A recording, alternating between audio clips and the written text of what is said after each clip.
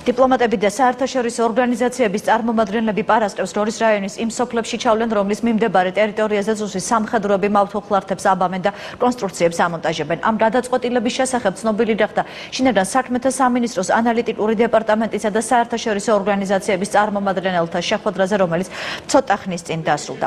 დღევანდელ შეხვედრაზე დიპლომატებმა ინფორმაცია მიიღეს იმის შესახებ, თუ რა ხდება ამ დროისთვის საოკუპაციო ხაზთან, ასევე მიეწოდათ 2013 წლის სტატისტიკური მონაცემები ეგრეთ წოდებული საზღვრის გადაკვეთის ბრალდებით დაკავებულთა შესახებ. ოკუპირებული ტერიტორიების დასწრული ვითარება უცვლელია დიდსა და დვანში რუსი სამხედროების ახალი საზღვრების მონიშნვის სამუშაოები არც დღეს განუახლებიათ. ამ დრომდე ცხინვალის იზოლატორში რჩებიან რუსების მიერ დაკავებული დიცის მკვიდრი როსტომ სოსიაშვილი და ქვეშის მცხოვრები მამაშვილი ხადურები. არსებობს 5 ცნობილი ადგილი, ასე ვთქვათ, სამინისტროსთვის. ეს არის დიდი ხურვალეთი, ეს არის გუგუთი ანტკარი, ეს არის ქვემუნიქოზი, ეს არის დიცი, ეს არის დვანი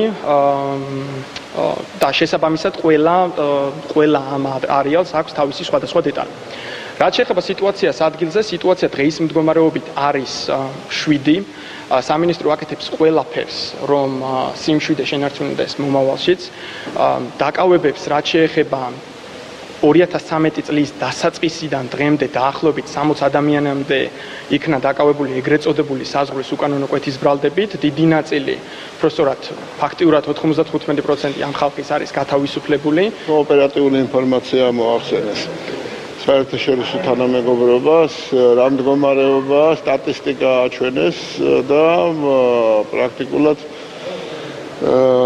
მთელი ეს ინფორმაცია გაერთიანდა. თავარი ის არის, რომ პარასკევს ალბათ ერთობლივად უნდა გავემგზავროთ რეგიონში, ნახოთ ადგილზე რა მდგომარეობა. First of all, I would like to thank ძალიან სენსიტიური საკითხია, რადგანაც ადგილობრივი მოსახლეობის ყოველდღიურ ცხოვრებას და მათ სიცოცხლეს ეხება. რუსეთის ძალების ქმედებების გამო შეშფოთებას გამოვთქვამთ.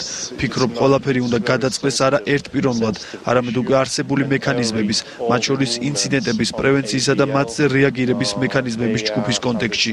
იმედი მაქვს, საერთაშორისო საზოგადოების და საქართველოს ყურადღება ამ საკითხზე პრობლემის მშვიდობიან გადაწყვეტამდე მიგვიყვანს.